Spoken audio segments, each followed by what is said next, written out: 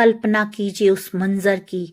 18 दिनों के भीषण रक्तपात के बाद कुरुक्षेत्र का वो मैदान अब युद्ध भूमि नहीं, शमशान बन चुका था।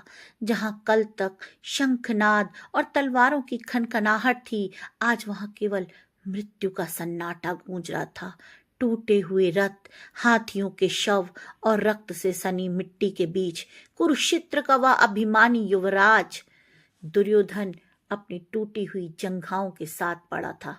उसकी सांसें उखड़ रही थी, लेकिन आंखों में पराजय की आग और हृदय में छल का आक्रोश अब भी धधक रहा था। तभी वहां श्री कृष्ण का आगमन हुआ। दुर्योधन ने कृष्ण को देखते ही अपना सारा विष उगल दिया। तुमने कृष्ण छल से मुझे हराया है। कृष्ण, यदि धर्म युद्ध होता तो पांडव कभी नहीं जीतते। त्रिलोकीनाथ कृष्ण मंद मंद मुस्कराए। उनकी मुस्कान में व्यंग नहीं, करुणा और सत्य था। उन्होंने कहा, दुर्योधन, तुम पांडवों के छल को देख रहे हो, लेकिन अपने चयन की भूल को नहीं। तुम्हारी हार भीम की गदा से नहीं, तुम्हारे एक गलत निर्णय से हुई है। वो एक निर्णय जो इतिहास बदल सकता था। कृष्ण ने उस राज से आज पर्दा उठाया जिसने मरते हुए दुर्योधन की रूह को खपा दिया। कृष्ण बोले, तुम्हारी सेना में एक ऐसा योद्धा था जो साक्षात काल था, जिसे यदि तुम सही समय पर कमान सौंपते ना, तो यह युद्ध 18 दिन का नहीं, केवल एक प्रहर में समाप्त हो जाता। लेकिन तुमने हीरे को छोड़कर कंकड़ पर दांव लगाया। वह योद्धा कोई और नहीं, गुरु द्रोण पुत्र अश्वत्थामा थे। अश्वत्थामा, जिसे दुर्योधन ने कभी समझा ही नहीं। दुर्योधन अपनी मित्रता और अपनी भावनाओं में इतना अंधा था कि उसने कर्ण पर तो भरोसा किया, लेकिन अश्वत्थामा, जो शिव के अंशावतार थे, उसे अनदेखा कर दिया। कृष्ण ने दुर्योधन को उसकी रणनीतिक भूलों का आईना दिखाया। आरंभ, पहले दिन से लेकर 10वें दिन तक तुमने भीष्म को सेनापति बनाया। जो पांडवों से प्रेम करते थे वे उन्हें मारना ही नहीं चाहते थे। दुर्योधन, वे उसे मारना ही नहीं चाहते थे। मध्य, 11वें दिन से लेकर 15वें दिन तुमने द्रोणाचार्य को चुना, जो शिष्य मोह में बंधे हुए थे दुर्योधन। और अंत, जो 16वां दिन था, वो तुम्हारी महाभूल थी। जब द्रोण गिरे तब तुम्हें अश्वत्थामा को चुनना चाहिए था। उसका क्रोध पिता की मृत्यु के कारण चरम पर था। वह रुद्र बन चुका था, किंतु तुमने क्या किया? तुमने भावुकता में आकर कर्ण को चुना। कर्ण वीर थे, दानवीर थे, लेकिन वे मरणशील थे।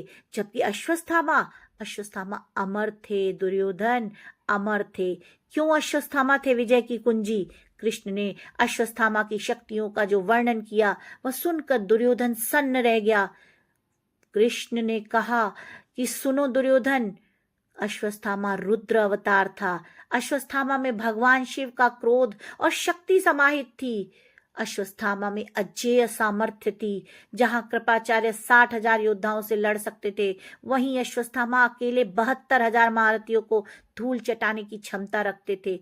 और सबसे बड़ी सीखने की बात तो ये है, दुर्योधन, उन्हें ज्ञान केवल द्रोण से नहीं, बल्कि परशुराम, व्यास और दुर्वासा जैसे ऋषियों से मिला था। उसे नारायण शास्त्र का ज्ञान था। अर्जुन के पास भी जिसका काट नहीं था, वह अस्त्र अश्वत्थामा के पास था। कृष्ण ने कहा, दुर्योधन, यदि 16वें दिन सेनापति अश्वत्थामा होते तो पांडव तो क्या, तीनों लोकों की शक्तियां भी उसे रोक नहीं पाती। और इसका प्रमाण तुम खुद ही देख लो। 18वें दिन की वो काली रात, दुर्योधन को कृष्ण की बातों का प्रमाण उसी रात मिल गया जब मृत्युशैया पर वह अंतिम सांसें ले रहा था। उसने अश्वत्थामा को अपना अंतिम सेनापति घोषित किया और फिर अश्वत्थामा ने तांडव किया। अकेले अश्वत्थामा ने पांडवों के शिविर में घुसकर वह कर दिखाया जो 11 अशौक्षिणी सेना 18 दिनों में न कर सकी। धृष्टद्युम्न, द्रोण का हत्यारा था, जो उसका वध किसने किया? याद करो, वो अश्वत्थामा था। शिखंडी और 5 उप पांडवों का संहार किया। पांडवों की शेष बची पूरी सेना को एक ही रात में गाजर मूली की तरह काट दिया। सुबह जब दुर्योधन को यह समाचार मिला तो उसकी आंखों से आंसू बह निकले। ये आंसू खुशी के नहीं, गहरे पछतावे के थे। उसके अंतिम शब्द मौन चीत्कार बन गए। हाय, जिस शक्ति को मैं अंत में ढूंढ पाया, यदि उसे पहले पहचान लेता तो आज कुरुक्षेत्र का विजेता मैं होता।